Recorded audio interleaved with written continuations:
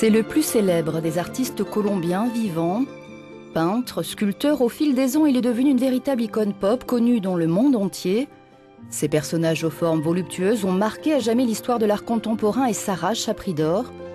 Euronews a rencontré Fernando Botero à Spoleto. Jusqu'au 20 septembre, la ville italienne lui consacre une exposition, l'occasion de découvrir 48 sculptures en plâtre provenant de la collection personnelle de l'artiste. Fernando Botero, merci d'être avec nous. On connaît vos bronzes. Pourquoi avoir choisi de mettre en lumière vos œuvres en plâtre à Spoleto? Tout d'abord parce qu'organiser une exposition de mes sculptures en bronze est très compliqué, car beaucoup d'entre elles appartiennent à des collectionneurs privés ou publics. Et puis quand ils réalisent une sculpture, l'artiste conserve toujours une épreuve en plâtre qui correspond à l'original de l'œuvre. J'en possède toute une collection dans mon atelier de Pietrasanta, ici en Italie. Et puis j'ai eu cette opportunité d'en présenter une cinquantaine à Spoleto. J'étais ravi de l'invitation du Festival de Spoleto et de disposer d'un si bel espace d'exposition. C'est un rendez-vous prestigieux.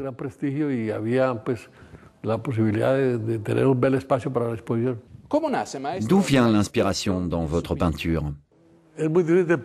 C'est difficile à dire. J'ai commencé à faire des œuvres en m'intéressant de près au volume, intuitivement. Ces formes pleines me donnaient beaucoup de satisfaction. Et puis, je me suis plongé dans l'histoire de l'art. J'ai voyagé en Italie et je me suis intéressé à la peinture italienne du Quattrocento et du Trecento. Giotto, Masaccio, Piero della Francesca, Paolo Uccello et tant d'autres artistes. Ça m'a aidé à rationaliser l'importance du volume en peinture. Mon œuvre s'inspire de nombreuses choses. L'art étrusque, l'art précolombien, des arts populaires. C'est un mélange, un grand cocktail qui se passe dans la tête, l'esprit d'un artiste. Mais après, quand le public contemple l'œuvre, un seul nom lui vient, celui de Botero. C'est un Botero, inutile de réfléchir. C'est une œuvre qui m'appartient. Mais évidemment, si l'on cherche bien, on retrouve 1000 influences.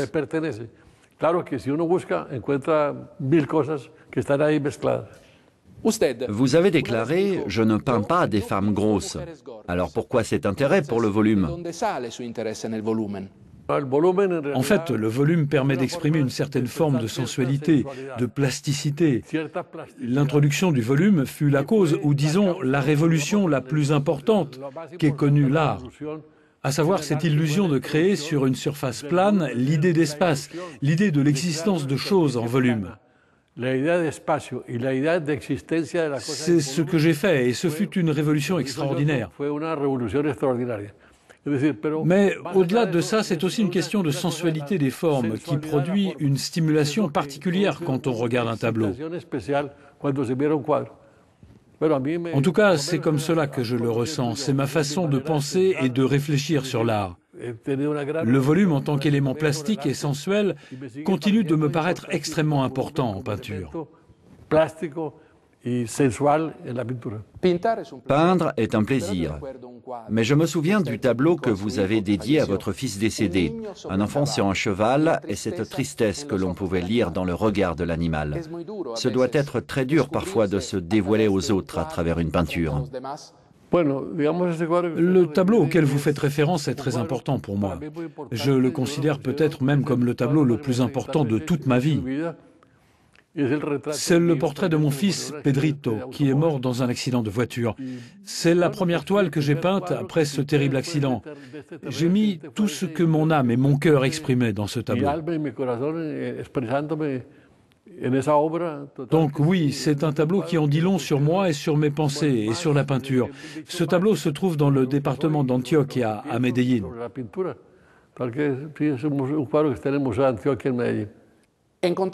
Trouver son propre style doit être plutôt bouleversant, car il n'y a pas pire juge que soi-même. Où avez-vous puisé le courage de vous y risquer?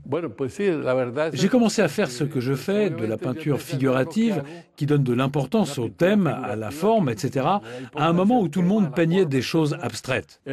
Quand j'ai commencé à percer en tant qu'artiste, impossible de trouver une galerie. Personne ne regardait mes tableaux. Il fallait que ce soit des toiles abstraites. C'était la grande mode du moment.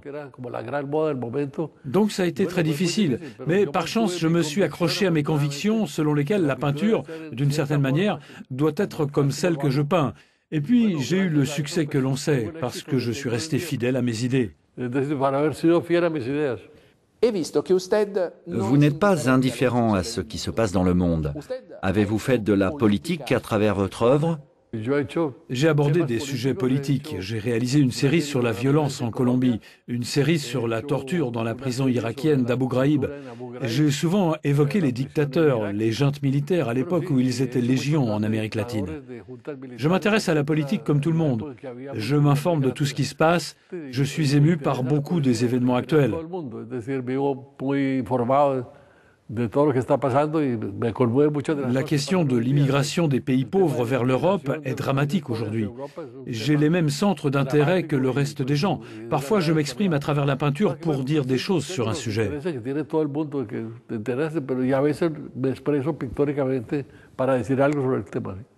Vous avez passé une grande partie de votre vie en dehors de votre pays d'origine. Quelle relation avez-vous avec la Colombie? Ma relation avec ce pays est excellente. J'y ai une maison et je passe au moins un mois par an en Colombie. J'ai 2 musées, celui de Bogota, à qui j'ai fait une donation, et celui de Medellín que j'ai moi-même créé. Ce musée possède 200 de mes œuvres. C'est moi qui ai inventé son nom et j'ai réussi à ce que le gouvernement trouve un lieu d'implantation extraordinaire. C'est un peu comme ma création. Ces musées sont 2 des grandes sources de satisfaction que j'ai eues dans ma vie. Pouvoir faire cela pour mon pays.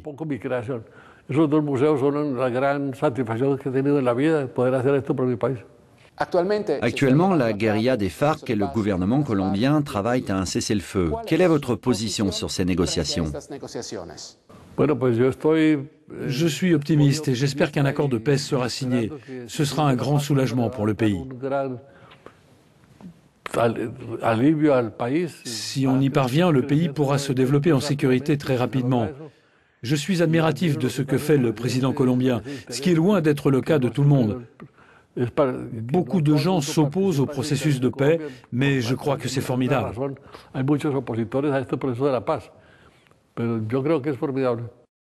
Fernando Botero, gracias. Gracias.